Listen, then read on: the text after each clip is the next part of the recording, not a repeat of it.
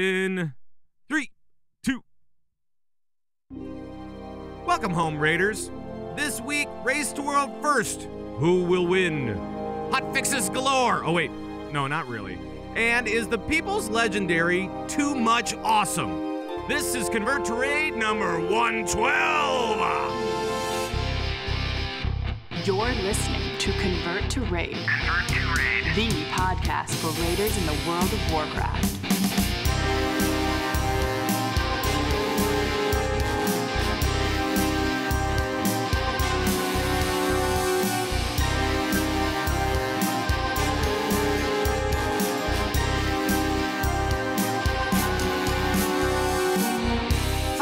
The Convert to Raid Command Center in Minneapolis, Minnesota. Today is September 22nd, 2013, and it is now 5:11 p.m. What?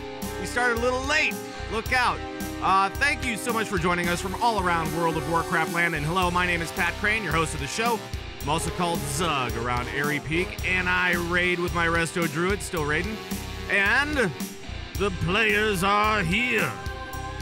From CTR2 and beautiful Beantown, the Boston area, Dairies. Hello, sir. Hello. So, I got a fortune cookie. Uh-oh. It's a fortune cookie say, podcast without Coltrane is a good podcast. Wow. Wow. He's not here to ruin the beginning of it. He is not here to ruin the beginning of it. Which is awesome. He sets the tone from the beginning with those fortunes, and right, he really does. It's so hard to battle back uphill after that. We're off to a good start so far.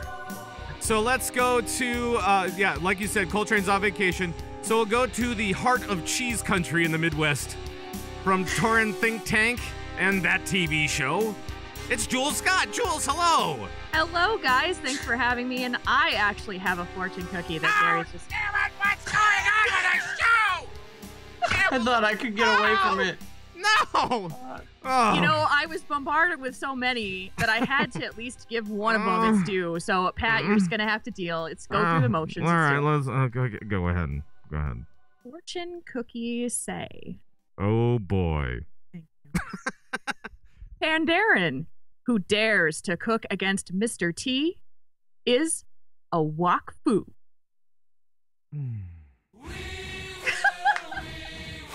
Wakfu! I had that down a little bit. Yes! We'll do the Coltrane bit for that, too.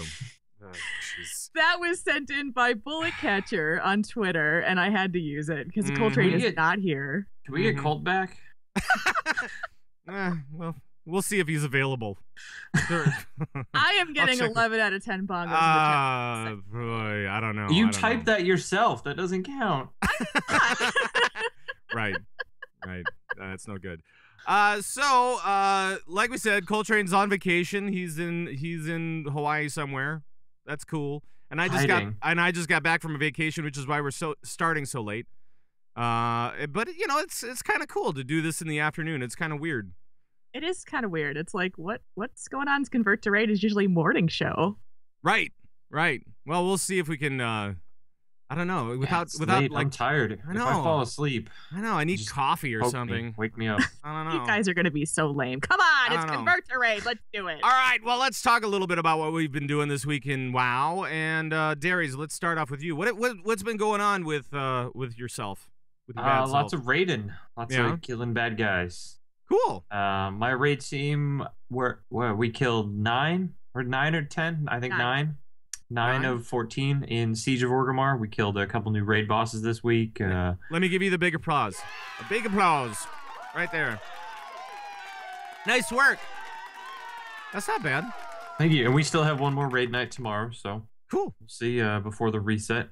So things have been going pretty well. I'm really digging Siege of Orgrimmar. I love I know I said this last week too, but I love the setting and everything. It's so much fun. Yeah, it is pretty fun. And we actually got in on the Asparagus Initiative as well. And for Asparagus Initiative, we had some problems. We had some computer problems. Yeah, we spent about an hour trying to get people in and swapped around. And this was it was last Sunday night when there were a lot of server issues. We lost Torage for a while there. Yeah, It was not good. And so we spent about an hour screwing around in just trying to figure out what the people's situation was going to be. But we still knocked out 4 bosses. Oh, wow. In 4 hours? Yeah, in 3 hours. Yeah, it was 3 hours. 2.5. Yeah. It was more like 20 minutes. Yeah. It was like 20 minutes, and then we spent the next hour, 3.5 hours just screwing around with trying to figure out what was going on with the servers. Yep. It was kind of a pain. That was like it was very frustrating because we didn't know what was going on and we couldn't really fix it. And right. We just frustrating. But then somebody checked the Twitter feed for for customer service, and they said yes, it's a known issue and blah blah blah. And I'm like, oh, God. I don't like it. And Jules, you're on Dairies' team, the casuals, right? I am. So, we've already gonna spread the news out there. So I was up on Raiden this week and trying to still learn parts of the Druid class. The healing is different. So there's some things you can tweak around, and I've spent a lot of time studying now. Right. So what do you think about Druid heals from last patch to this? It's like night and day. Yeah. It's completely like night and day. And now we are in the day phase because it was and now we're in the day phase. Us. It's just like Sulong. It is. We're in the day phase. We were kind of sad and gloomy for a while as Druids because it felt so much like we were just bottom of the pack, fighting for our spot, just not feeling really strong. And this has been such a great change. One of the things that they instituted with the Druid healing was you could do some wrath healing with certain talent that you could use. Haven't found that to be too powerful though. I haven't seen that being the thing and the be all and end all. So I spent a lot of time moving my talents around and making sure that I'm doing the right thing. And I'm actually feeling a little bit more disc priesty in certain ways with the bubbles than I am with and then the AoE healing is fantastic. Like you said last week on the show, Pat, those mushrooms, that one little mushroom makes such a big difference. Wow. I mean, just the effervescent thing, what is it called? Efflorescence. Efflorescence. I can't, it's been a few days since I've actually played. So, but since that move from Blizzard, I mean, just that one little thing helps out so much with all of my healing, because I really think about where I'm placing that, and I go, okay, if I place that here, then that means that I don't really have to pay as much attention to those guys, so then I can play, hit the range group or hit the melee group or whatever. And so it just kind of frees you up a lot. I like it. I like it. You're always you've always been a mobile healer as a Druid, and now you feel like everything that you do is mobile too. So it's like the smart heals. Sometimes the smart heals are like, oh, they're kind of dumb, but the most part, I've been really, really enjoying it. So I am thrilled. It's so much fun to heal right now. Darius and I just went through a flex raid together before we came on the show, and I was just like, I felt like I was just rocking it. So it felt good. Good. So all right. So for me, same stuff that those other guys said as far as what's been happening this week. And wow, I got nothing else. You guys covered all sorts of different things. So we don't need you. Can leave. I'll just go away. All I don't know. I don't even know why I came back for this. Have you been spending time on the Timeless Isle though, Pat? Have you been doing stuff like that? Sure. I mean, you got to do that. And it for me, it's about. I think the first week was all about the Druid. Just making sure that I get everything kind of done there that I need to get done. But I do feel like, now that I've done a week of it, I don't feel like I need to go back all the time. Just kind of like, hey, I can go back and I can kill some rares and I can do some things on my Druid that's kind of cool. But I've been doing a lot more with alts and stuff. So I've been doing the rep stuff out there, and I just want to. It's just a general point. If you're in the Convert to Rate Guild on Airy Peak and you're out there killing the rares or the things for rep, the mobs and like the Blazing Way and whatnot, just yell out, "Is Dairies here?" And then if I say yes, don't kill anything because I'm getting sick of people tagging my mobs. just trying to get all the rep. Yeah, just ask. If you want to join my group and tag everything for me, that's fine too. But man, it is such a pain grinding rep out there when those things only give 5 rep and everyone else is doing the same thing. Right. It's a pain. Well, and somebody wrote into the show and said, you don't have to grind rep. There's nothing for you if you have to grind rep. So don't feel like you have to. I mean, it's the mount and the trinket that ports you there and all that stuff. Like I want that stuff. So I do have to grind rep for me. I mean, for you. Yeah. And you do have to grind rep to at least friendly for one of the quests that's there, right? Yeah. So you have to grind to 3,000 at least. It's honored, I think it is. Is it? Yeah, I think you have to be honored to complete this quest line. And it takes a while. Getting to friendly takes a while, and then after that, it's like, man, this is gonna take infinity time. Well, at least it'll keep you busy, right? Yeah. That's what you need. Most of the time is running around looking for a mob to tag. Yeah. Because you melt those things so fast. But I don't worry about it too much. I'm just kind of there for. I just kind of go in there for some fun with the druid, and then I'll like bring in my hunter who's totally undergeared and now is totally geared out with all the loot that dropped from the island. Yeah. Switched it all up. Okay, cool. And now I can continue not to gem or enchant anything because I don't actually raid with them. I don't know. I got to figure out what I'm doing with my hunter. So I don't know. Now let's talk a little bit of old school real quick. Hit it. Kicking it old school. Boy. That's right. That's right. It's time to talk about our Lobby Guild of level 80 raiders on Korgath US, the iTunes group. They've got a big announcement for their team as they go through.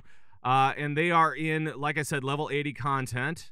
They've done a couple of the different raid instances, I think 3 of them. So let's hear what Fezzi has to say. This is Fezzi reporting on the iTunes project over here on Korgath.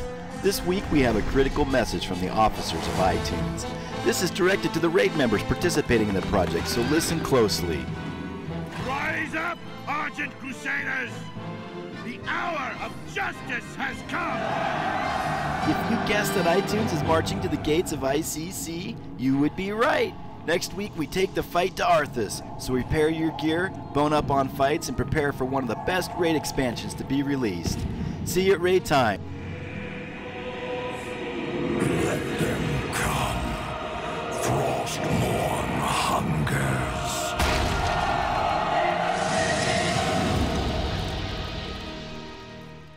iTunes is always looking for new members, either on Korgath or Crossrealm, that are new to raiding or want to relive the glory days in a friendly environment. If you are interested, please hit me up, FezGig pound 1509, or visit the iTunes rating forum on signalsmedia.com. This is Fezzi signing off. This project is void where prohibited. Actual deaths and or wipes may vary. Repair bills are slightly higher west of Stormwind. No squirrels were harmed during the production of this field report. Any resemblance to actual tunes, living or undead, is purely consequential. This report is not to be construed as an endorsement of killing your boss, his boss's boss, or any persons in real life, nor as the adoption of any guidelines, standards, or mass resurrection. Some avatar names have been changed to protect the guilty. Some proofreading is required. Batteries are not included. Use only as directed. Do not eat, not a toy.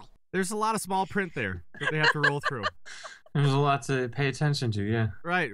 I'd be careful. It's like one of those ads for, the drugs on TV where they give you 10 seconds of the ad and then it's all just warnings of the fine print. Yeah. Oh gosh. If it lasts for more than 4 hours, call a doctor. But they're going to be doing ICC, and that's cool, man. ICC is probably my favorite raid instance. That's where I really cut my raiding teeth, so to speak. And it's just, I love that whole place. The artwork, the bosses, it's really cool. That brought back some memories. The sound of Arthas. Yeah. Telling in the Frostmourne hungers. It's like he just showed up on every piece of that whole expansion. He'd just like pop up on every quest. You'd be like, oh yeah, hi. Right. Hey Lich King. How's it going? Oh hey, how's it going, Lich King? I'm gonna come knock on your door now. Come and knock on your door. Darius, what was your favorite encounter? Really? In ICC. Let's go there. Let's go to favorite other than Lich King. Oh man, I can't pick him. My least favorite was Cindergosa. Yeah. I hated her that voiceovers fight. are the worst. Destroys you. Yeah. Isn't that awful voiceovers? Yeah. And they just kept on repeating like every 5 seconds, and it was just this nightmare. Yeah. We were stuck. We were stuck on her for like 3 or 4 weeks, and that voice was just it's in my nightmares. Horrible. That word betrays, when she said betrays she screamed it. Yeah. Oh god, it just got into your skull and like took a saw blade and just ripped out your ears. Like, I hate this thing. Oh man. I think my favorite, it's probably either Loot Ship or Dreamwalker. Just because the numbers as a healer on there were so high. Ridiculous. It was ridiculous. It was so awesome. Felt good. Yeah. I remember running through there with my shaman at the time. Oh gosh. Yeah. Went Healing back when on your shaman? What's that? Were you healing on your shaman? Yeah, I started out doing DPS on my hunter, and then I ended up doing healing on my shaman. Just chain heal, just left and right. That's all you did. That's it. Yeah. So, but yeah, it was good stuff. So, very nice. Jules, what was your favorite encounter? Oh gosh. I think that was it was loot ship too, but it kind of felt weird because you'd try to heal people standing on the very edge of the ship and they'd like run away. Yeah. Because you were trying to like heal the people on the ship. Yeah. You're trying to heal the people across the ship. It's like, come closer. Yeah. Come See, closer. that's your problem though, is you tried to do something on loot ship. You're supposed to just AFK. I know. It was totally like that too. It's like, I'm just standing here waiting for the loot to come. Okay. Oh, loot. Yay. Yeah. Don't die to stuff. You pray you don't get picked for one of the cannons or something like that, and then on the pole you walk away and make dinner. Are you kidding? I wanted to be on the cannons the whole time. It's like, please put me on a cannon. Please let me hit them. No, because then you have to do something. I was like, so I could do something. I was so It's the bored. best fight during progression. Oh boy. Yeah, I think I'm trying to remember what my favorite fight was, and I don't know that I necessarily had a favorite, although Sindragosa was pretty awful. I don't know. Sourfang with his 40 minutes of RP at the beginning. How about that? Oh, I hated that fight so much. I hated that fight so much as a healer. That fight was just so silly too. It wasn't like it was just, hey, stand there and do not move. Yeah. Never move. Yeah. I think my least favorite trash in that place was right before Cinder, the spider room, where it was just a room that constantly, I mean, for like 10 minutes, just chained spiders at you, and it felt like Blizzard saying, "Oh shoot, we need to add trash here. Just lock them in and send trash at them for." Yeah, let's just do a spider gauntlet. What do you say? Yeah, it was like Dragon Soul right before. What's his name? Right. The big dragon there. I will always have memories of the Lich King fight, though, of the word defile. Defile, move. Defile, move. Move. Defile. Oh. Defile how I hate you. All right. Let's get out of here and get into some raiding news. What do you say? Calling all raiders from around World of Warcraft land. This is raiding news. It's time to check out what's happening with raiding news around the World of Warcraft. And the big news is this week, the race to world first. And I think, like you might expect, the two that are leading is Method and Blood Legion. Kind of going toe-to-toe here, right? What's going on, Dairies? People are raiding, killing some bosses, yeah, that kind of stuff. Yeah, what are they up to now? We've got Blood Legion, Paragon, and Method are all 12 of 14 right now. Right. All of them are working on Paragons of Claxi. Yes, and it's kind of cool how WoW Progress has broken out their rankings now. They've changed it up from years past where they just had everybody together. Now they actually have 10s and 25s as separate lists, and so it's kind of cool because you can really tell who's leading what. And I think that's a good change. What do you think there, Dairies? I'm not a big fan of that because that's them saying, by making it the default, that's them saying 25 man and 10 man are different. That they are not the same and you can't compare them as the same, and that's not true. Or maybe it is. I mean, maybe it's saying, hey, maybe these are more alike than we think, because right now the top teams are all at 12 of 14. But you're not, though. You're saying, okay, in this 25-man column, these are the best teams. In this 10-man column, these are the best teams.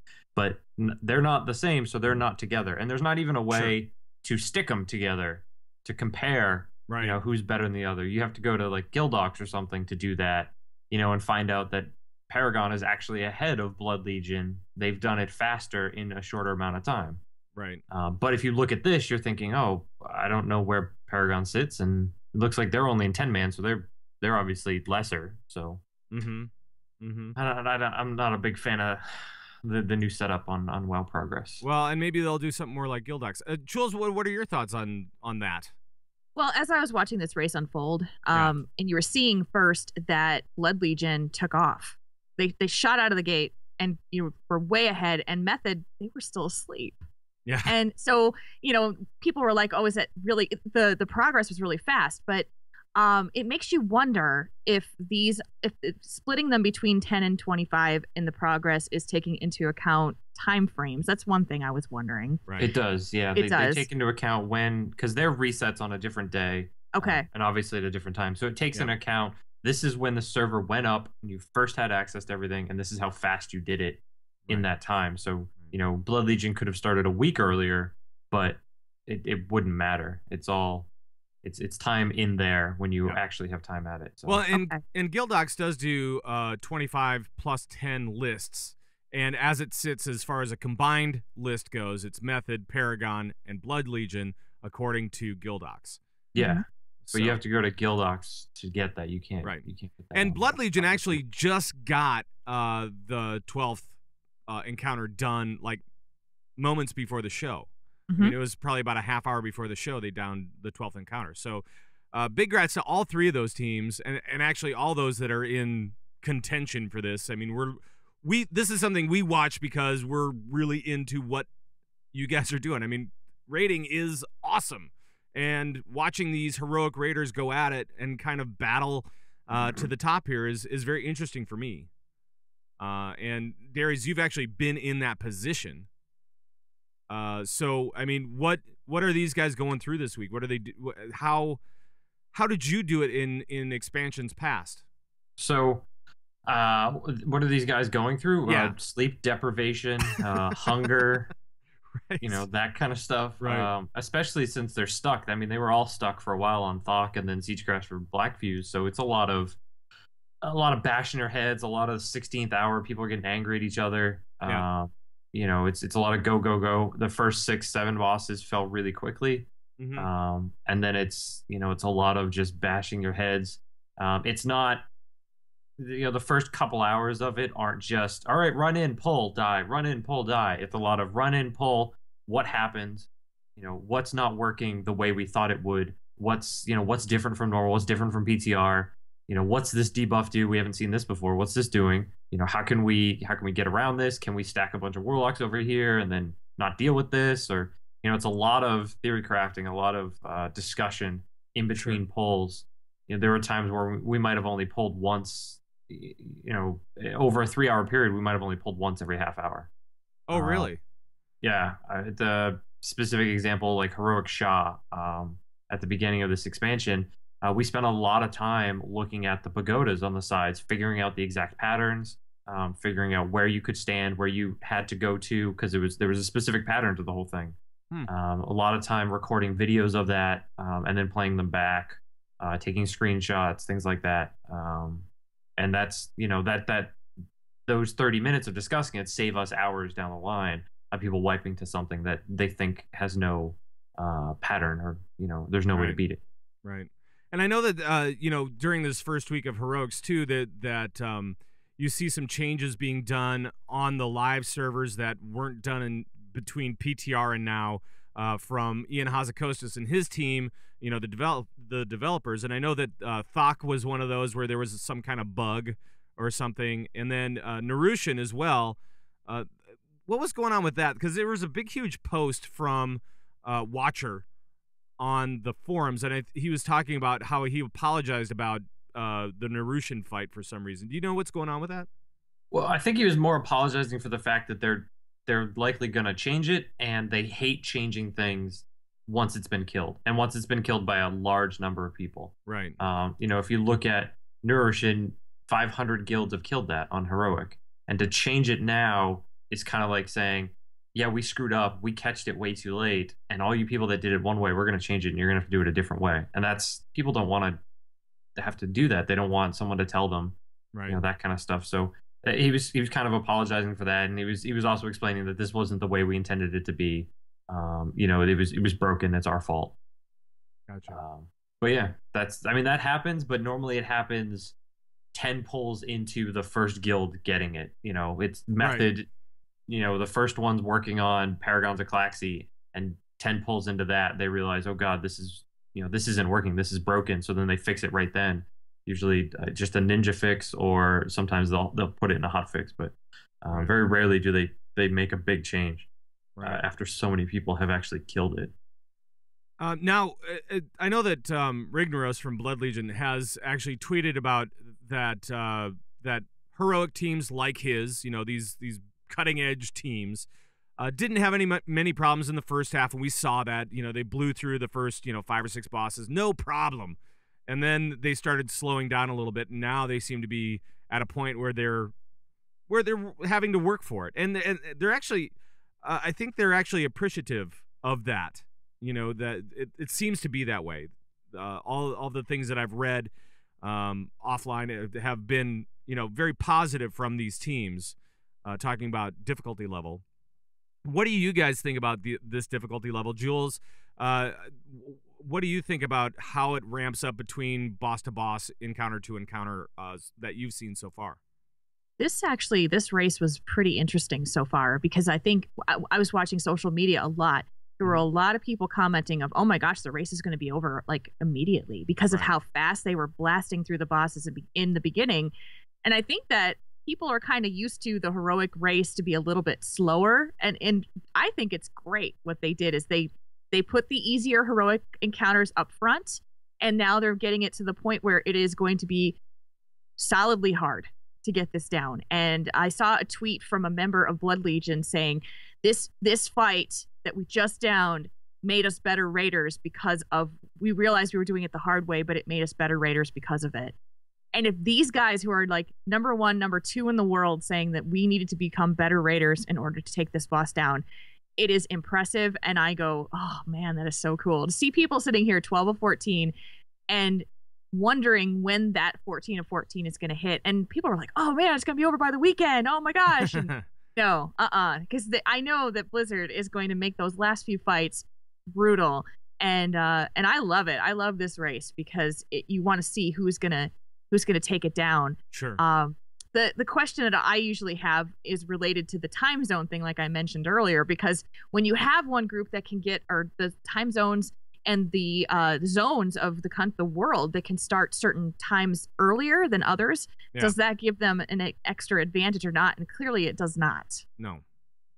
Yeah, it's all time based. So like I said, if you've been able to kill bosses for 48 hours and you killed 4 bosses, and another group has had 72 hours and they've only killed 4 bosses, even though you killed the boss after they did, you still killed it faster. So it ranks you up. Right. So the way it almost always ends up working, though, is the guild that kills heroic Garrosh first has also cleared everything much quicker. They're just on their game for that week or 2 weeks or whatever. But you will see once all the groups start killing Garrosh and things start settling down, you'll see teams swap around and things like that in their rankings. They'll move depending on when they killed it or how fast they killed it, rather. So, Darius, when do you think we're going to see a Garrosh kill? Do you think it's going to be this week, or is this something where they may have to, do another week for gear or something like that? No, I think it's going to be at least another week. I mean, the scaling has been perfect. The first 9 bosses going down fairly quickly. I mean, if you look at the actual numbers of when people killed it, it's maybe an hour between the first 2, and then an hour and a half between the second 2, and so on. And the times stretch out as far as how long it took them to take down these bosses. And then you look at spoils to Thok, and there's a day in there. And then you look at Thok to Siegecrafter, and there's 2 days in there. This is a good sign. We're probably looking at 2 or 3 days before someone figures out Paragon of Klaxi again, and then probably another 4 or 5 days before Garrosh goes down. And that's just of working on it. You're going to see pauses in there as teams, have to go and clear through all this stuff again, right, to get more gear and get back to Garrosh, because they're not going to lock out. Right, right. But I'm hoping Garrosh takes a while. I love that. The bosses in previous expansions or some previous content patches, some of them have taken a while to take down. Watching like the Spine of Deathwing, that be such a hurdle was pretty cool. So now when you were doing this stuff with these top teams and staying up for 16 hours or gaming for 16 hours at a time, What was the longest period that you had between start and finish for heroic modes? I mean, like overall, was it like a week, 2 weeks, 3 weeks? What was the kind of for just to time to kill the boss first? For just times that you were spending 16 hours in front of the computer. Probably 2.5, 3 weeks. Oof. Yeah. Wow. Yeah, it's tough. How tiring does that get? It's after the first day, it's exhausting. There's a bit you could do to help alleviate some of that. When I knew this was coming, I loaded up on things like fruit and water and that kind of stuff. So I knew I was eating pretty healthy. I wasn't. Most people though, they're just gonna pound soda and eat pizza and all that kind of stuff and feel awful. Yeah, and feel terrible. There are some times where you might sit though for 3 or 4 days. Sure. As you're working on specific bosses that don't need a specific class, or fights like Sulong, Disc priests were awful on that for progression. So it was we'd bring in holy priests, or I would play holy or something like that, and we were only needing 4 healers, so lots of healers sat out for a day or a day and a half or whatever. Right. So there's there are times if you're Rignaros, you're raiding every single day the whole time. Because you're leading that team, but yeah, there are plenty of times where you have a little bit of a break, but you're still expected to be around though, and be ready, and you get a text or whatever, you jump right on. Wow. So when you go through the progression lockout of the first week of heroic, I mean, is there a reset? When the reset comes in, are you resetting, going through it again and getting more gear? No, you don't lock out because you need that gear, and you've killed these bosses once. The expectation is you're going to do it again. Because unlike you see it a lot in normals where guilds they kill a boss and they just barely squeak it out, and then they come back the next week and they can't down it. In a lot of these fights, in these world first fights, you're doing it on the cutting edge, and you've wiped 50, 60, 70 times at 10%, at 5%, at 1%. So this fight like the back of your hand, and you're just trying to geek out that a little bit more. And you go in next week and you've got a little bit gear, and now it's a little bit easier. So it's you're going to kill it. You're on autopilot at that point. Well, and plus you've had PTR training, if you will, even if it's not necessarily the same as live. At least you've seen this fight a ton of times, right? Yeah, and it's more the wiping at 1% because you've seen 99% of the fight. You know what's going to happen when it happens. So having to do it again the next week is no problem. You've seen it. You know it. You're gonna kill it in a couple attempts. And having 10 more people with 2 or 3 more eye levels makes a big difference. So, gotcha. Cool. Gotcha.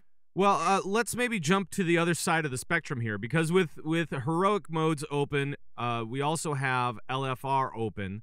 The first wing of LFR opened, and the second wing of Flex opened as well. Let's talk about LFR first. And Jules, did you get a chance to do LFR this week? I did not. Okay. But I was sitting next to Kane, my husband, who was. Okay. And went through that. It seems from what I've heard is that LFR has been pretty brutal to people. These fights, it always is first week, right? I mean, it always is, and that's the first week. It's the first week blues. Nobody knows the fights, and you're going in. You don't have anybody that's really leading you, right? So you just kind of go in and bash your head against the wall. There's still a lot of things that are missing in LFR, in the fights, things that you don't have to do in Flex or even in normal. And it is just, it's not pretty right now in LFR. Right. Darius, did you get a chance to do that? Yeah, well, to that point, what I'm seeing is a lot of LFR mentality. It's the majority of people are going in and saying, well, I did LFR in TOT, and I didn't have to do anything or know anything, so I'm going to do that here. But when 24 out of 25 people have that mentality, you're gonna die to things because everyone's assuming someone else is going to do it.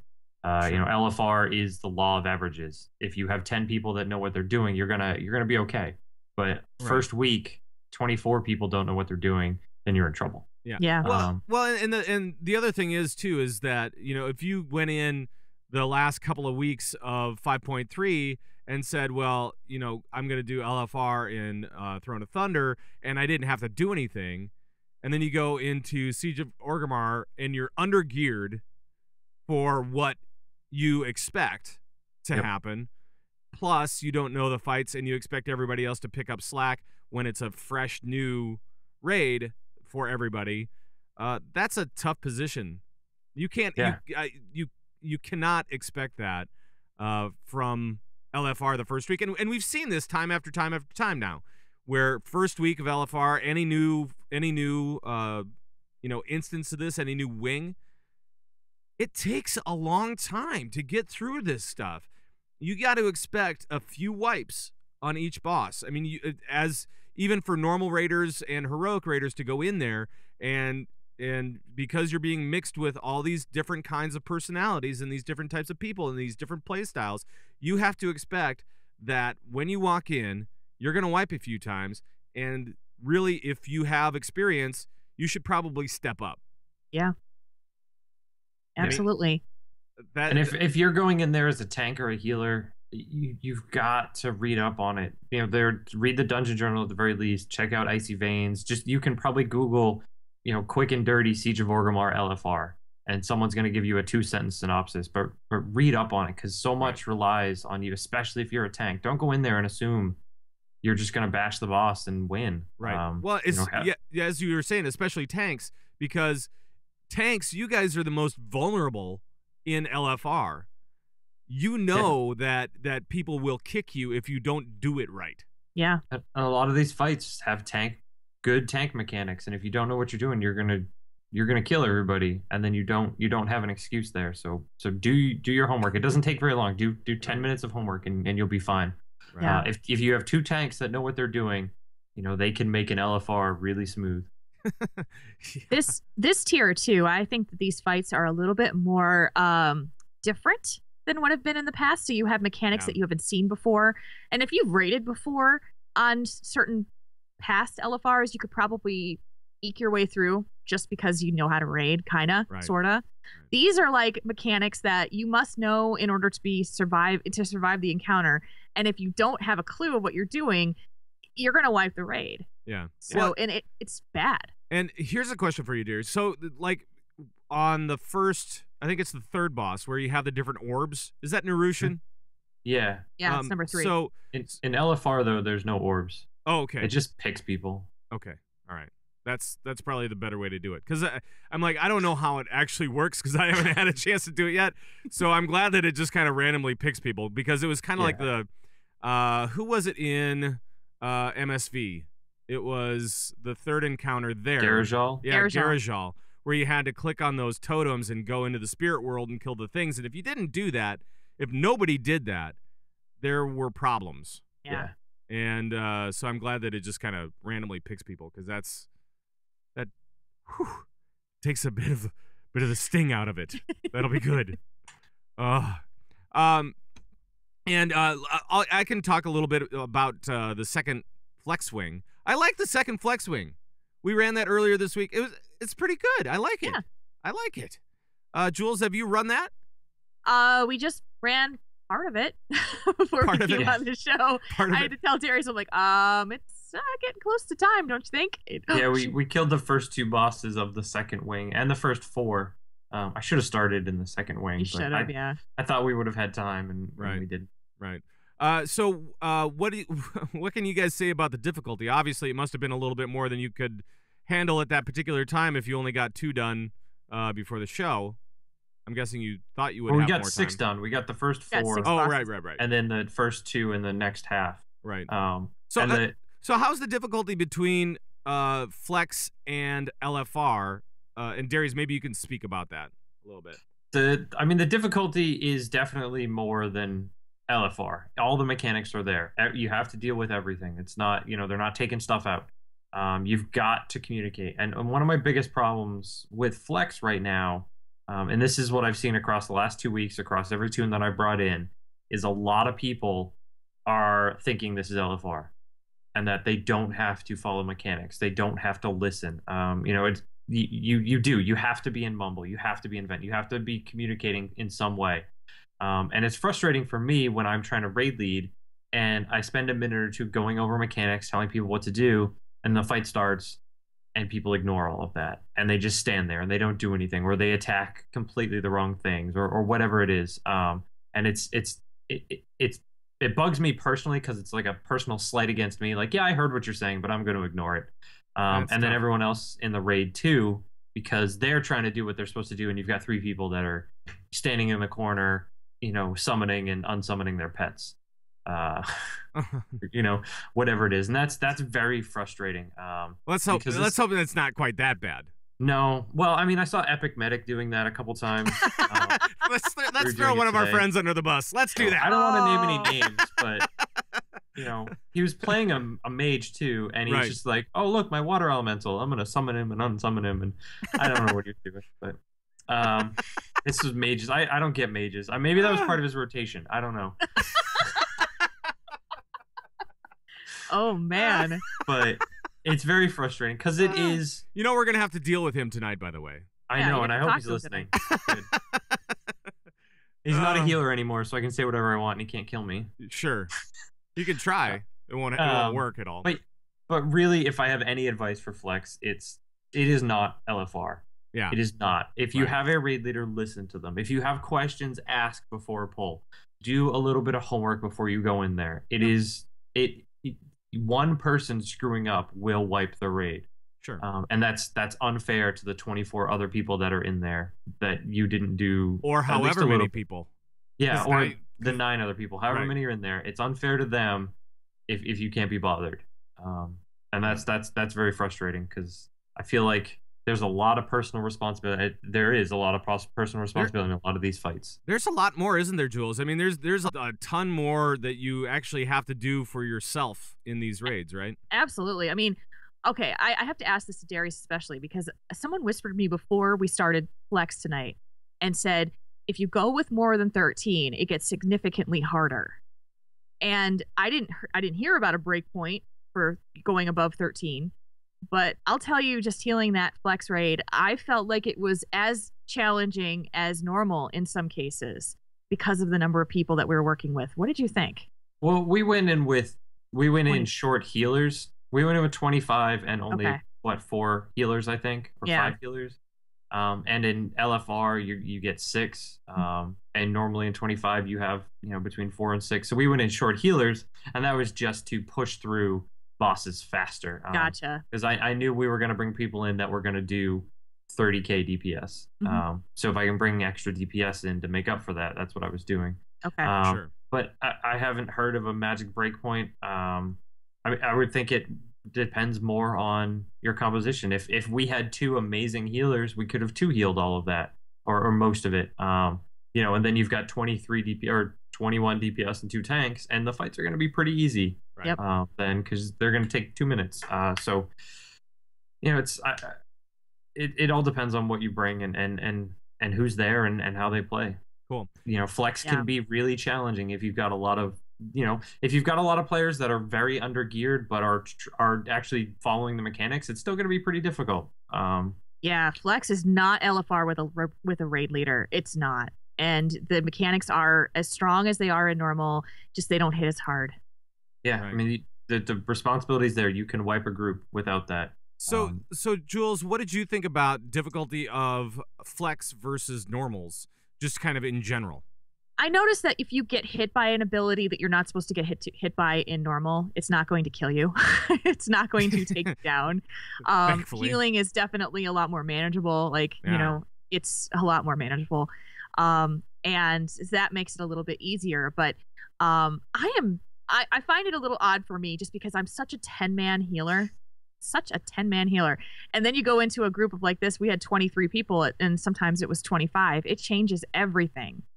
And so it was like, okay, and now I'm just kind of like throwing heals wherever I can throw them. Right. And I like it though. I think that Darius was right in a lot of the things that he said earlier is that people are thinking that Flex is like LFR, and that is not. And I feel like we're still as a community really shifting our focus and understanding how it works. And you can't just throw together a Flex team and just be like taking everybody. It doesn't work that way. It doesn't. And poor Darius went through this earlier today as we put out the advertisement for the Flex raid, and he got bombarded by people. And it was like, wait a minute, I actually need like certain things. I need a balance of healers. I need people who have been through some of this before, don't have 496 gear. Right. I need something a little bit better than that. And it's, Right. but you can't, now it's a raid leader who has to decide how to do this. So I think the personal challenges is definitely changing how we do raiding in that flex style too. Gotcha. Yeah, that's how I see it though. Cool. And I think that we could probably get off of that topic for now. We can leave that alone. We'll come back to it next week because next week there's going to be the next wing of LFR open. And so I think we'll be able to compare more about what's going on with LFR versus Flex versus normals and kind of compare that. Because that is an interesting thing that Blizzard has done. And if they can make it, if they can make Flex challenging, that really does win for me. You know what I mean? If they And so far so good, because they've included all the mechanics at least, so that you can, as a normal raider, you can go in there and you can practice, and you can say, okay, this is my practice round of all the bosses that I'm going to be facing this week or whatever. And so you can go in there and then play around with it a little bit more and have some fun and not worry about it quite so much. But at the same time, it's challenging enough so that it doesn't feel like, the LFR lol win or whatever, where you just stand around and don't do much. And you're just like, yeah, I don't have to pay attention. Yeah. Because that does happen.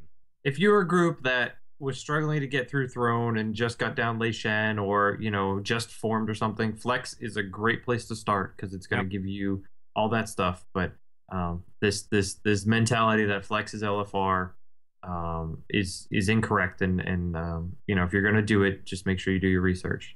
Right. I heard a rumor that they're staggering the release of LFR. Is that true? No comment. All right, let's go.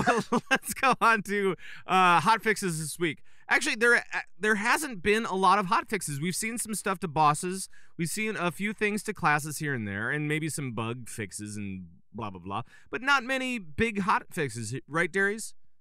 Yeah, it's been a lot of small things. A lot of, well, this boss had a small bug in it, so we're going to fix that. Or it wasn't supposed to do this, we're going to fix that. There hasn't really been anything for priests as of yet to really mess with them, which is good because Shadow Priests are OP and they need to nerf them. Wow! And you play a Shadow Priest. I'm playing Shadow right now, which I'm playing it because it's broken. I haven't heard you complain about your DPS being sucky anymore. Yeah.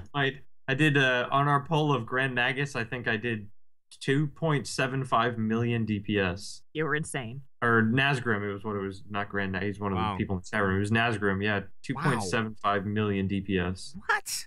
Yeah. How is that even possible? It was a lot of AoE. Oh. There's a lot of ads on that fight. Must be. A lot of everything proccing. Wow. But there haven't been a lot of big changes. Normally you see, we're nerfing, Healing Tide by 50% because it was broken and we didn't realize. But you haven't seen a lot of stuff like that. So right. This is a good sign. This is a sign that Blizzard, fine-tuned this stuff pretty well, and the extra time that they took was definitely worth it. And I'm glad that they haven't fixed Resto Druids because that must mean that it's all intentional. Because now I'm back up where I need to be as far as numbers go. And I'm happy about that. Hallelujah. I know. It feels like Cataclysm all of a sudden, where I was number one on the list for certain fights. That's awesome. I love that. And Resto Shaman, they can't complain either.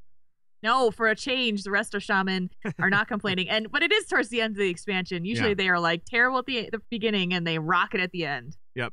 Blizzard forgets about them for a little bit and then they go, oh, wait, hold on a second. This is the one where we have to give it to Shaman, right? Oh, okay, all right, we'll do that. What do you say we do that? Yeah. So now, is this a good sign that there aren't many hot fixes? What do you think, Darius? What do you think about not being many here? Is that a good thing, or does that mean that something big is going to happen in the future? Somebody's alarm is We're going to drop off the cliff now. Yeah, I know. No, that's what I just said. Is that I think this is a good sign. Things are tuned pretty well. All right. They didn't sneak in some stuff that was broken. It's just minor little things that are just bugs. And now we're gonna drop off the cliff. And now we're gonna drop off the cliff into an abyss of bugs and bad stuff. That's what's gonna happen. Is there going to be a hole in the floor? I know. I was like seeing the some of the bug fixes are always really cool. Like, fix the bug where rogues would transform into Deathwing when they pushed a certain combination. It's like, oh, how did that one get in there? Just just a little something. Watch her through in just to make sure. There's always just some really funny ones in there. It's like, how did that sneak in? You know, oops. Up, down, left, right. Yeah. There's some interns getting fired. Right, exactly. All right, let's maybe move on to the Legendary, because the Legendary is actually kind of a big thing. There was a blog post that I saw from, and I know that I'm going to get this name wrong. Apologize. I believe it's Jazla or Jazla. I'm not sure which. From Cannot Be Tamed, that blog. And she actually wrote up some things about the Legendary cloak that she saw from logs, from World of Logs. And that was about DPS. What ended up happening was she did not have the cloak, and she saw the person that was on top of the meters, and she was like, okay, well, let's see what's going on there. And the cloak, the Legendary cloak, was basically responsible for anywhere from 6% of total damage on an Iron Juggernaut to 20%, over 20% of total damage on a fight like Dark Shaman. So I mean, these procs are crazy, right? I mean, Dairies, are you seeing this as well on logs? Yeah, I'm seeing it. For me, it's on fights with lots of ads. It's 20%, 15-20% of my damage. You know, on single target bosses, there's not as much, 5, 6, 7%. For healers, sometimes it's 20% of their healing. Sometimes it's 4 or 5. You know, it depends on, because a lot of it is AOE. Some of these bosses have no ads. Some of them, there's not a lot of stacking up in 10-man, so you're not going to see it. But yeah, the numbers are there. Now have we seen this from other legendaries, like the Legendary Staff or the daggers from the rogues, or is this kind of normal Legendary stuff? Yeah, it's a Legendary. It's supposed to make you 10% better than what you were before. The Legendary proc on the Dragon Soul Staff was insane. Mages double casting everything was nuts. I mean, we're talking sometimes 100% extra percent of their damage. Right. Was that, you know, instead of doing 30k, they were doing 60k. You know, it's a Legendary. It's supposed to make you feel legendary. You know, if you were to go into these radiances without a weapon, you would do 20% less than everyone else.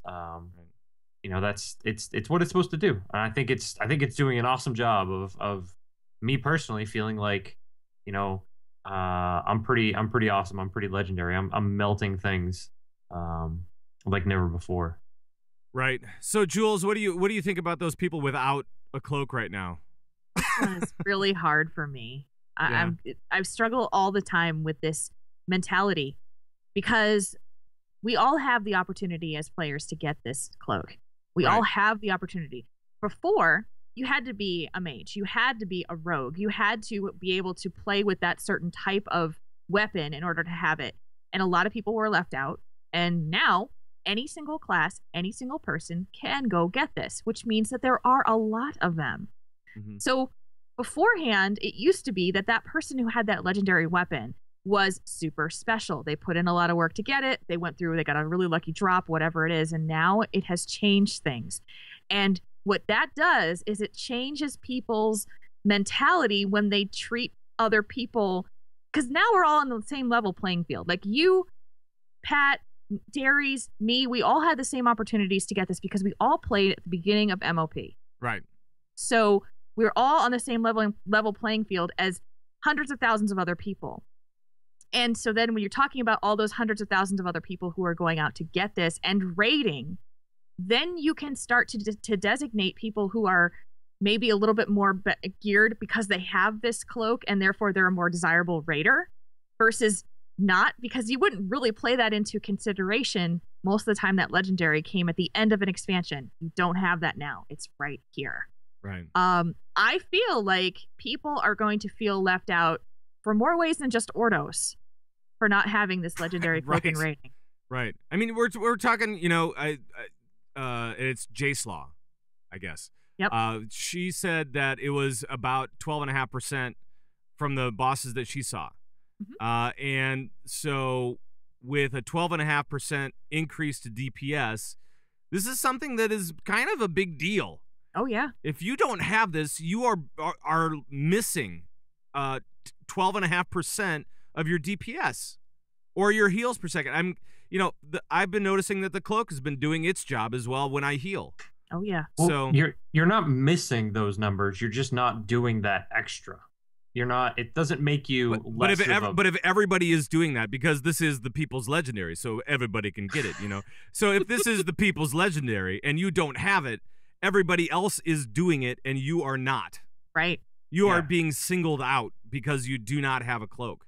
So this will get me in a little bit of trouble. But to Jules' point in the past, where you had to wait, something's gonna get you in trouble? Yeah. No way, no, come on. Jules' point in the past, if you had to be a rogue or you had to be a caster or you had to be a hunter or whatever it was, and now we're saying this is a People's Legendary, everybody can get it. And there are people out there that are saying, well, I'm still on here, I'm still here, or I can't raid because I don't have it, or whatever it is. Then it's the same as then before. If you don't have the time to get all of the collections and get the rep, then this is not for you.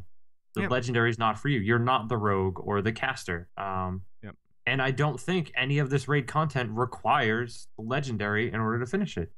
The normals in Siege of Orgrimmar are not going to require you to have this thing. They're gonna help, but you don't need them. You definitely do not need them. And I think that what can be said is that if you're normally a heroic raider, you have been working on this anyway.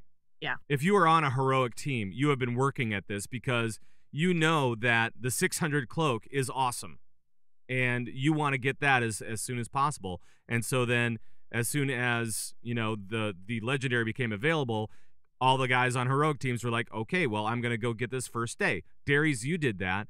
I did that, I think, by the third or fourth day anyway, because I was a little bit behind. But I caught up quickly and was able to get it done. And that's something else to tell people. You can still get it done and in a relatively quick fashion, because those different puzzle pieces that you need to collect, they're dropping in every raid now. Right. And you don't even need to be on a normal raid team to do it. You can do it in LFR. Right. You can do it on your own time, on your own terms, and you can still finish the Legendary. Of course. Yep. And that is the thing I think that makes people feel a little bit left out. But the thing that they have to remember is, because it is the People's Legendary, you can actually get this from all tiers of raiding. And all of the current content and the previous content. You can get all the drops that you need out of the rating. You can do it all. But there is always that feeling of being the first out of the gate. You guys are, we're the first out of the gate. We've got it, yay! And everyone's like, I don't have mine yet. I waited too long, or I didn't play this alt as my main, and now I'm playing it as my main and I'm behind. Or I can't win 2 PvP matches to save my life because Alliance is so horrible. Or Horde is so horrible. One way or the other, whatever it is. But you know what, Dairies, you made a comment, and I don't know if you put this out on Twitter, if you put this in Guild, but you said that it's not as fun to play an alt now if they don't have the Legendary. Yeah, I said that in the chat room a couple days ago. I felt like, for me, being the type of raider I am, if I'm playing a tune, I want it to have the best gear at all times that I can get. And if now I've, I had a pally that hit 90, and I'm like, I want to play my pally, but now I have to go through this grind. And it's not so much the collecting everything that bothers me. It's more the Black Prince rep. Yeah. Oh, sure. Awful. But it is doable. Right. And a lot of people have been asking, well, will you say no to a raider who wants to join your raid team who doesn't have the Legendary? And would I say no to a raider who tried to join my raid team and didn't have a weapon? Yeah, I would. And the excuse of, well, I couldn't get this weapon to drop in LFR, or I couldn't get it to drop in normals, so I just don't use a weapon, doesn't work. And with the Legendary, you can do it. You have to put in the time. And like with my raid team, if you're not going to put in the time, then it's not the spot for you. There are tons of other raid teams out there that aren't going to require that. Right. And I think when you're talking about the types of raid teams that won't require it, you're talking about teams that normally just finish the normal version of of the raid by the time that the expansion's done, or the ones that are now going through flex raids, and just kind of those friends and family guilds. Those guys, probably don't care too much. Yeah, and that's totally fine. Like I Right. said, you aren't going to need that in order to finish Siege of Orgrimmar on normal. Sure. You're not going to. Right. But if you're gonna step it up and you want to put in that commitment, you got to put in the time too. Yeah. So it's time. It's all it is. It's just the time. And Yeah. It makes me worry a little bit about teams, like especially like a 25-man team where you'd have people who have the legendary and there are people that don't, and everyone's like, oh gosh, you've got the legendary. I feel so inadequate next to you. I'm not going to be able to do the same DPS numbers that you do. And to that I say, I want to reward the people who went ahead and put the time in to get that legendary. And if you want to get it, go ahead and get it. You don't have to have it, but you can get it. So I have to have it. Well, you have to have them all, and so does Jerry's. Yeah, I want to have it because I want my tune to have the best. So I have to. I have to. That mental that mental craziness that you have in your head of having to have it doesn't get shared by a lot of people until they're on a team where they see the numbers that other people can pull, and all of a sudden everybody wants to have that. You want that good stuff. That's awesome because that's what it's supposed to do. Yeah, right? It's supposed to make that person say, "I want to be a better raider. And I want to further myself." Yes. Yeah, absolutely. So, if you haven't started it yet, it's a grind, as we were talking about. Black Prince rep, not great. It's the worst. That's the worst part of the whole thing. What do you think for people trying to get Black Prince rep? What is the best way to do that? Just give up. Just give up. Next expansion. We just told people that they could work on it. You can't are tell people to give up now. Just go out to the Isle of Thunder and go kill mobs that respawn all the time, or go to the spot that Zhug mentioned, or go to Casserang Wilds and farm things there, because any of the stuff that's in the MoP mainland is 3 content patches ago, and if you're at 500 or above eye level, you're just gonna destroy that stuff. Yeah. And the rep's gonna come really quick. It's tough though. I mean I remember when we were doing that, when it was new, and that Black Prince rep was still just kind of horrible. I remember, having to do that, sitting in Casserang Wilds on 2 different tunes for hours, just killing things over and over again, just watching TV. Yep. Watching TV and just kind of out of the corner of your eye, just hitting buttons. Yeah, as soon as that part opened up again, new content patch, I'm just sitting there grinding rep because I gotta have it day one. Right, exactly. Oh, man. Well, good luck with it for people that are just starting it. Oof. You can do it though. Come on. You can do it. You can give up. Just give up. No, you can do it. It's fine. You guys are so Debbie Downer today. Oh man. Let's move it along to another thing that happened this week.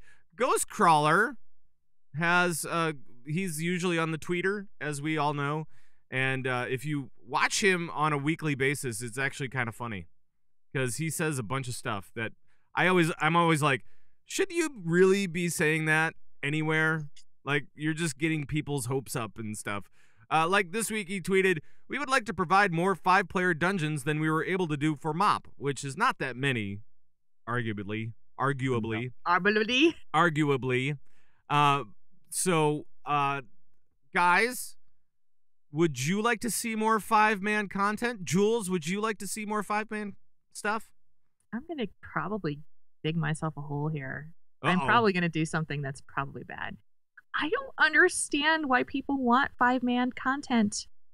Because, well, okay. I got to clarify, because I'm a raider. That's what I do. That's what I spend the most time in my game is raiding. Sure. So 5-mans to me feel like a waste of time. If it's, okay, you get something cool to fight with, but I don't need that. Well, they want that. Like the last expansion and expansions before, they actually put in better gear, or similar gear that you could get to in the previous raid, whatever it is. So they, it's item upgrades. It was new content. It was something that people felt like they had to do to get loot and to get valor points, and it was a way that I think Blizzard was using especially for the valor point grind. a way to get people in there and get that stuff done. But I don't know if you need that stuff though. Well, I know that it gives opportunities for people who don't raid, and it's, you can go LFD, get a group together and go. And but it becomes such quick, outdated content in such a short amount of time. And obviously you can argue the same thing about raiding, but I would much rather go on a 10-man raid than a 5-man group of people and split my raid team in half and do that and go. I feel like it's a waste for me. I don't like it. And you can just grab a couple of friends, go into heroic scenario like once a day. If you do a daily heroic scenario, you're at cap pretty much. Right. So, I don't know. Dairies, what do you think? I liked 5-man dungeons the first couple times I did them. The lore is always really good. I always think back to the Wrath dungeons that came out with the Lich King. Yeah, those were cool. That were probably the best ones. Those were so fun the first couple times, but the 5th, 90th, 100th time you've done it, right? It's just not fun anymore. And I think they've done a really good job not making me feel like I'm missing out by not having 5-man dungeons, by adding the solo content and the scenarios and all these different things I can do for Valor. Because after the first 2 weeks, all I'm using dungeons for is VP capping, and if I can do that another way and still feel like I worked at least a little bit for the Valor I got, but not have to waste 45 minutes to an hour of my time doing it, I still feel good. And the dungeons are still there to help you gear up a little bit. And Blizzard has done a good job with setting the breakpoints at the correct spots for queuing for LFRs and queuing for scenarios and things like that. Right. And that the dungeons that are there give you enough to get you to those breakpoints. You don't feel like you're stuck in this purgatory area where you've got to buy gear basically in order to reach the next plateau. The only thing that I kind of miss with no 5-man dungeons is, and I know that you can get this in heroic scenarios a little bit because you have the opportunity to pick who you're bringing, but I miss that trinity, because the nice thing about raiding, the nice thing about dungeons is that you have the trinity. You have tank, DPS, and heals. Yeah. And so that's the one thing where I still like that. I understand that they're blurring the lines with scenarios, especially, but then again with heroic scenarios, where you only have 3 people, and it doesn't make sense. You don't need a healer necessarily. You might need like an off healer or like a hybrid that can do some spot healing and some other stuff, but everybody is pretty much on their own. Yeah. Killing stuff and healing themselves as they need to. And so I kind of miss that. That's the part that I miss the most with no 5-mans. But everything else just seems like kind of a waste when I think about it. When I think about all the different ways there are to get Valor points now, it's just not a high priority. Yeah. It's just not. Yeah, 10-man or 5-man's 5-man dungeons just tend to bore me. I don't find the challenge in it. I don't find, once you've seen the lore one time, like Derry said, it's like, show me a cutscene. Yeah, exactly. Show me a cutscene of a bridge coming down. Oh wait, that was Firelands. And then there's always people trying to figure out how to cut all the trash out anyway. So it's just getting to the end. Right. And so I think about what Blizzard does to put those together and all the time that they spend to create the environment and the bosses. And I personally would prefer that challenge to be put towards the rating side of it. Yeah. And not the 5-man side of it, because soon enough it's just going to be let's just get this done as fast as possible so I can get my Valor points and go. Yeah. Now, what I think is going to happen, Blizzard being Blizzard, and the way they like to iterate on things is, in the future, if they do start, releasing 5-man dungeons throughout the course of an expansion, is we're going to see something like, scaling loot. Not like you had the Zandalari dungeons where they just gave better loot, but something like, if you were to run Temple of Jade Serpent today, it would give you, 502 loot instead of 463 or something like that. Something to keep you so that you can go in and gear up and off spec, or something like that. That would be brilliant. I would love that. I like that. And that's just a guess. But Blizzard, do this, please. If they have to pay me, that's patent pending right there. So. Right. But that'd be awesome. Something like that, some kind of iteration to make us want to do 5-mans more than 5 times. and not hate it when we have to queue for another dungeon. I think they should do that with the lower ones too. Is just like, when you're going through at level 20 and you've got all heirlooms anyway, and you're going through, I don't even know, like Ragefire Chasm. Let's just say level 15 stuff. You're level 15, you go into Ragefire, and it just drops 502 loot. That'd be great. Level 20, yeah. I would love that. It's the That's ding. I have a level 40 rogue, which is now fully decked out in 496 gear. Eventually, when he hits 90 from Timeless Isle. Right. So thank you. That's exactly what will happen there. Yeah. My rogue will hit 90 when 100 is the level cap. So he's got gear waiting. Right. Thank you, Timeless Isle. Yeah, just start dropping. Just drop whatever loot is the best loot in 5-man content or scenarios or whatever's needed for LFR at that time. That'd be great. Just throw that out. Yeah, and then you're gonna fight it in grays the whole time. What are you talking about? Yeah, that's right. I totally will. You're silly. I'd do it. No. Wouldn't you do it? Wouldn't you like that, Jules? What do you think about the loot in? Let's just talk about Dairies' idea for a second.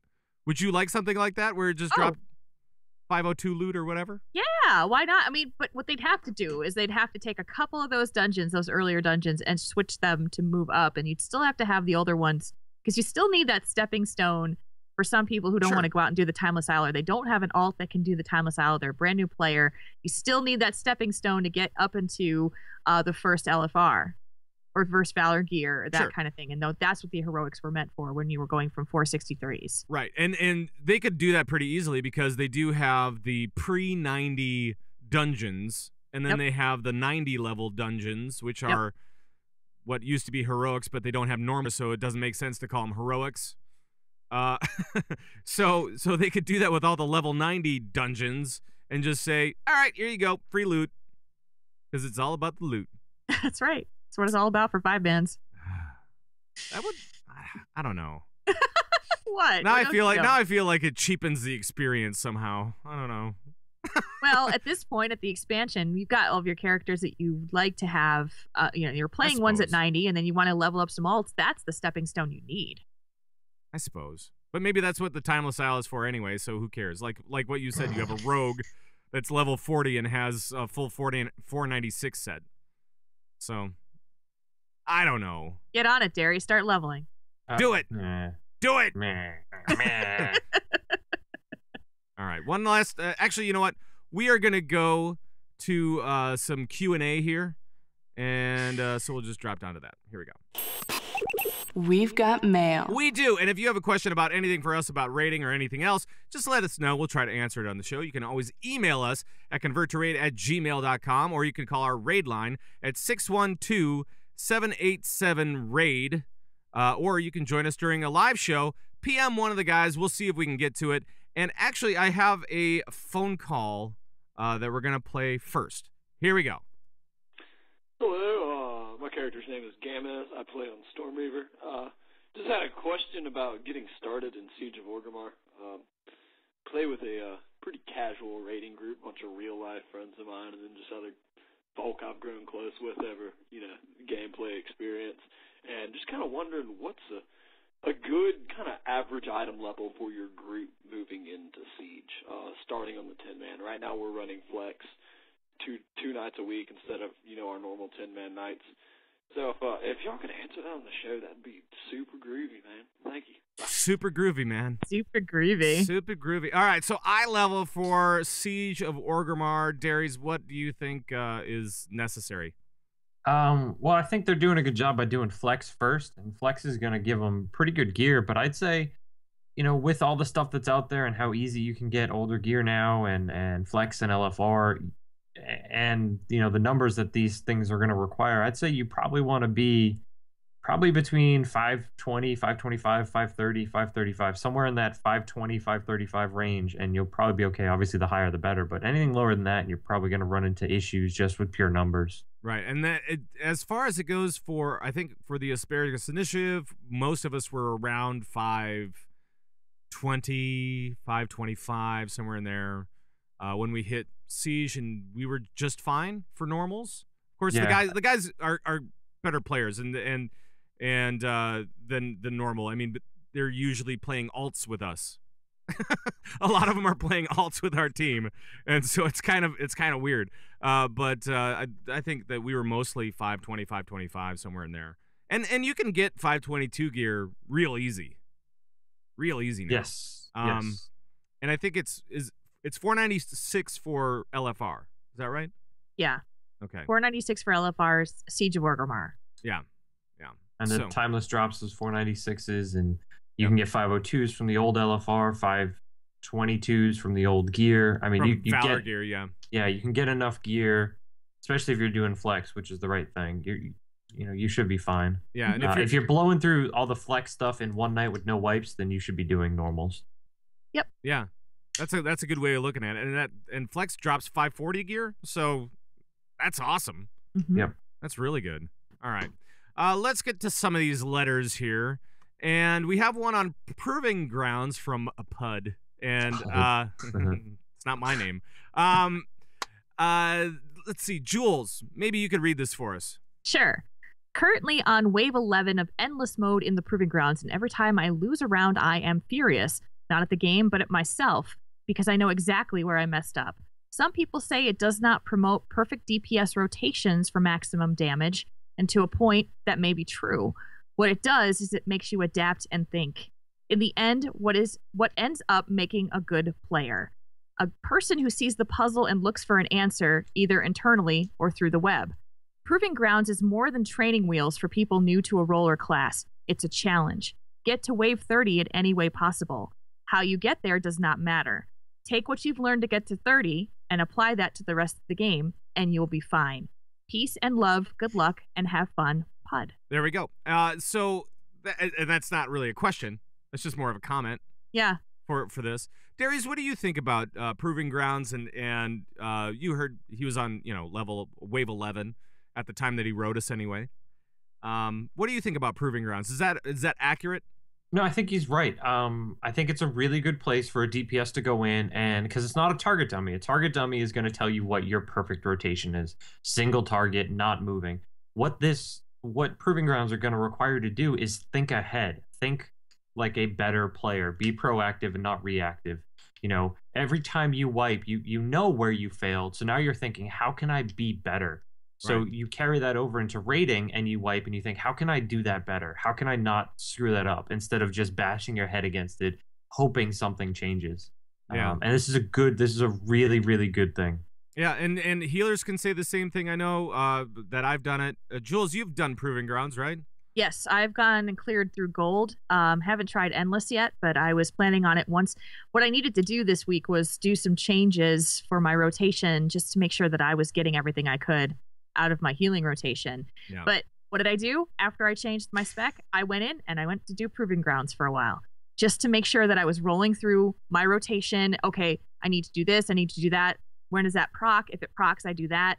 And it helps you to build it's like a training scenario in a way. Sure. You're in a training ground where you're just like, okay, these aren't really my raid members, but they could be. Especially that one guy that stands in the poo all the time. That hunter. That one dude. The worst. He's apparently always in they there. stopped him. This is why we don't raid with hunters anymore on my raid team. Yeah. Because Proving Grounds have ruined hunters for me. His name tag. I don't know if you guys noticed this. His name tag, Dave. Oh. Dave. Not cool, man. Dave doesn't get any more heals from me. No, he doesn't. No, hunters are the worst. But now one of the things that I was thinking is that because they scale down your gear to 463, I believe. Yep. Now, for healers out there, does that mean that we need to regem and reforge to spirit more because it all kind of goes down in scale? Is that what you, Jules? What did you find? I didn't touch it. I wanted it to be. I guess I just wanted it to be pure in the way that it scaled me down, so that I would accommodate my rotation based on the amount of mana I had and make sure I hit my cooldowns for mana regen when I could do it. Okay. Because I have a trinket that gives me extra mana. I have Innervate, which gives me the mana, and you just have to rotate them. Yeah. So I didn't reforge, and I don't know if I ever will, to be completely honest. I didn't really want to do it. Yeah, I only went through the gold level once, and I didn't clear it, and it was because of my mana management. Mana management. Tough to say, but and tougher to do, especially in Proving Grounds. So, so I ran out of juice, and I went, oh, okay, well, everybody's dead. Awesome. I love that. Darius, did you have to reforge anything, or when you went through? On my Disc Priest, I did. I when I tried doing it, when it first hit, I reforged and regemmed a little bit. Yeah. But since then, I've gone Shadow, and I didn't have to touch anything for Shadow. Everything was just fine. And got through Gold, and I did the tanking one on my Druid, and everything was fine there. It's mostly the healers. Just, the first time I went in, I think I had 9K Spirit, and when it reforged or when it scaled everything down, I had about 2K. Which just wasn't enough. So yeah. Oops. Yeah, that's tough. So if you're going through as a healer, you might want to think about Spirit a little bit anyway, and see what's going on. Let's go to the next question from Anonymous. We have another Anonymous one. Always writing into the show. This guy writes a lot. I know. Darius, can you help us out? He says, I've been playing WoW since around Wrath of the Lich King launch and was jump-started into an officer role of a guild, and then eventually became the GM of the guild. In that guild, my own, I have always given guild repairs to every rank, provided people do stuff in the guild and are contributing to the guild, be it through donating to the bank with items or gold or doing stuff as a guild, BGs, arenas, raids, etc. I feel this is fair.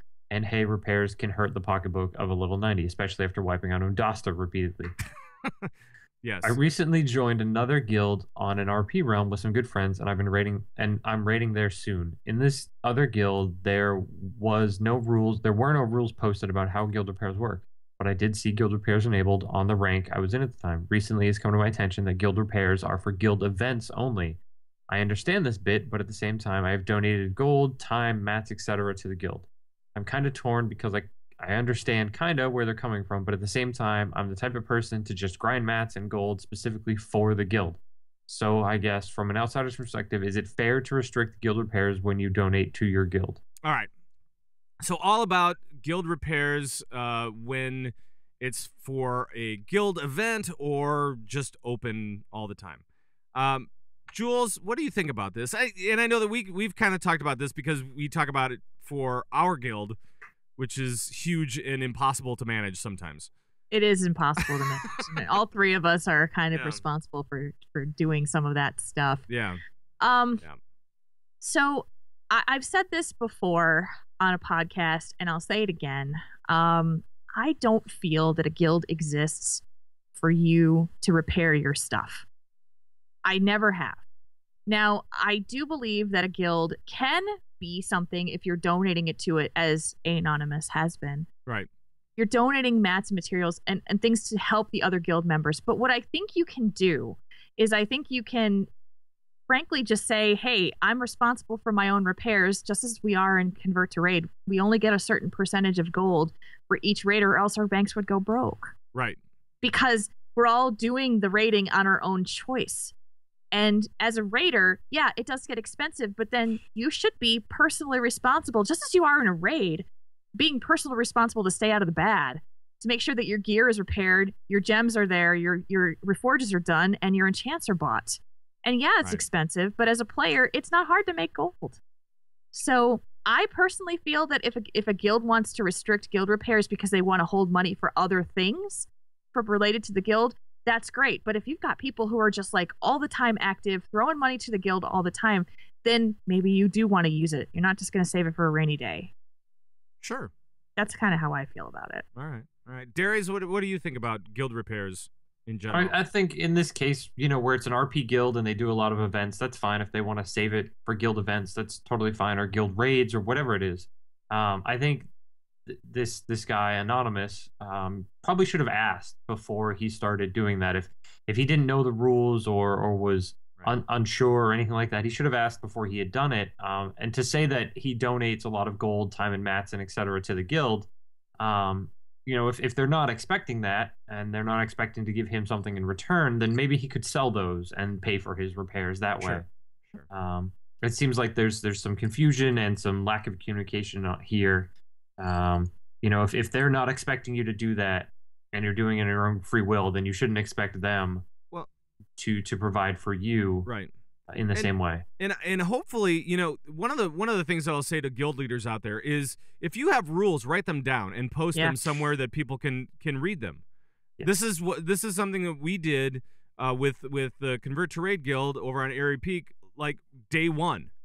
We actually had that stuff in place, well, some of it, like day one, and we're like, okay, just in case people ask, what are the rules here? What are we expecting from these people?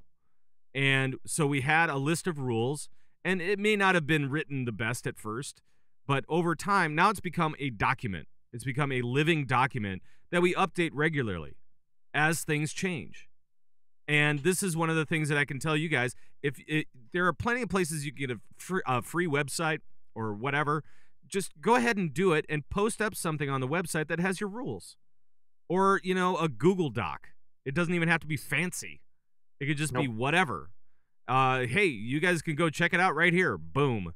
Done. And this will alleviate any confusion by people. And every GM, every guild is going to be a little bit different.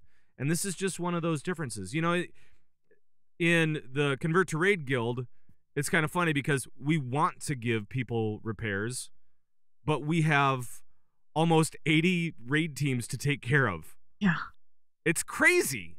That are raiding multiple nights a week. Right. We have 80 raid teams that we have to take care of, and we can't give you unlimited repairs. I'm sorry. We can't. So we say we give you what we can on a regular basis, and we hope that we can improve that as time goes on, but we can't do that all the time. And so if you're Stop wiping. That's the solution. Stop wiping. Be better. Just go ahead. Play gooder. Just go ahead and clear right through the end of Siege right now. Do it.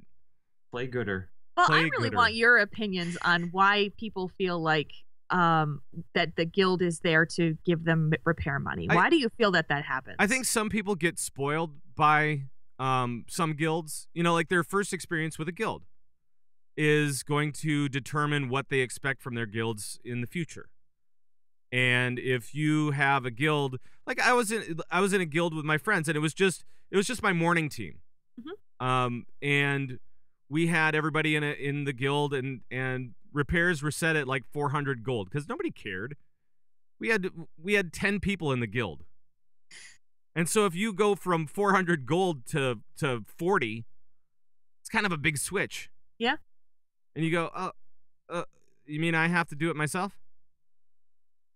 Oh. I have to make gold for myself? Sad Zhug. And we know how good you are at that. I'm horrible at it. You're always broke. But I continually raid and get bags of money. So, that's what I do, and I sell trash to the vendors, and sometimes I make stuff. Occasionally. Very rarely, but I do it. And then I beg. And then I beg. That's what happens. But I don't actually take out any repair money for myself from anything. I just pay for everything myself because I'm like, no, I'll just let somebody else have it. That's fine. Yeah. Because I try to be nice. But because I don't make stuff, it gets a little difficult from time to time. And see, that is exactly what our writer was talking about. He donates a bunch of stuff to the guild. He gives stuff away all the time. So he thinks that that's his reward, to have the ability to take money from the guild bank when he needs to repair his gear. And then there's that inequality that happens where people don't do that. They don't put stuff in the guild bank. They don't make mats for other people's trade skills. But like, I've always been in guild environments where everybody who had the trade skills would just make it for somebody else. Right. And just give it to them because you're a guildie and I'm not going to charge you. Right. Mm-hmm. And that's where I get confused because, like, we're on our raid team. If people need a flask, you got it. I farm the mats up for the flask. I'll hand it over to you, no problem. That's what we do. We help each other out. Sure. But I don't know if that's equal across everybody else. And then there's people who donate a bunch of stuff to the bank and don't take anything out. And then there's people who donate a bunch of stuff to the bank, want to take stuff out. Yeah. There's no way to make it equal. So as a guild leader, you have to make something equal. And that's the rule. Yeah. It's tough making up rules. It is tough making up rules. We know this. Rules are difficult. It's just hard, but I guess I feel like it's not a bad thing if they restrict guild. It's just their rule. That's how they do it. And like Derry said, if you didn't know, you just need to ask. Sure. Yep. Sure. All right. Well, I think that has to do it for the show today. Aww. So I know. Don't be sad that it's over. Be happy that you were able to experience the show. It's late. It is late. Falling asleep. It is late, and we need to play the music. Music. So let's give out a shout out to listeners that have given us a 5-star review this week. Darius, what do we have? 5-star reviews. We have Wind Rider and we have Rhaegar. Rhaegar. Any shout outs this week? I don't have any. I'd like to give a shout out to all of the cutting edge raiders that are going through Siege of Orgrimmar this week on heroic mode. Good luck to all you guys, and I hope that we see more progress from you guys, more pictures of the kills and all that kind of good stuff. It's a lot of fun just kind of watching that from a distance. That's fine. I love it. Anybody else? Shout outs? I'll give a shout out to all of my fans at Tauren Think Tank who didn't get a show this week. So shout out to you guys. We love you, and we'll be back next week. No show this week. What was going on this week? Rem's on vacation. His mom, Mama Rem, had her 40th wedding anniversary. Oh, that's nice. And they had a big old party. That's cool. Yeah. Right. Well, we cannot do this show without you guys. Thank you so much for taking the time to rate us on iTunes. Thanks for the feedback. Thank you so much for the questions. Please feel free to join in on every single conversation we're having at any time. And now I'm going to bail out of the music. Aww. There's a kitty on the camera. Oh, no. Oh, no. We have a wild cat. All right. Yes. But I will play this music. There we go. Feel free to email us at convertraid@gmail.com. You can call us and leave comments and questions on our raid line, 612-787-RAID. That's 612-787-7243. You can follow us on Twitter at convertraid or individually, isn't that right, Jules? Oh, you can follow Pat on Twitter at Pat Crane with a K. You can find the Coltrane, _Coltrane with a K. Dairies, you're not with a K. It's at Board Mind. And you can find me, Jules, at Jules RPG. Again, not with a K. Not with a K. No K there. All right. But if you can't spell our names, make sure to join the Bazuba Guabo Nation by signing up over at convertraid.com, where we have our show downloads, forums, tons of links for raiders, and so much more. And it's all over at convertraid.com. Our show is available on Stitcher, the BlackBerry Podcast Directory, and iTunes, among other places. And the Convert to Raid podcast is produced and distributed by Signals Media. Please go over to signalsmedia.com and check out all of our friends at the Signals Media All-Star Network. Great shows over there that you are missing out on if you do not go over there. So hit up signalsmedia.com, and that's going to be it for the show. Tauren Think Tank is over at signalsmedia.com. Yes, it is. Yes, it is.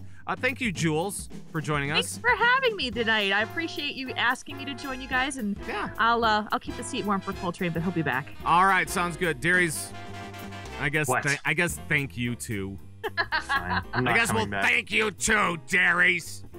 I'm adding a no fortune cookie clause to my contract. You did one. You can't. Right. Can't. I'm done.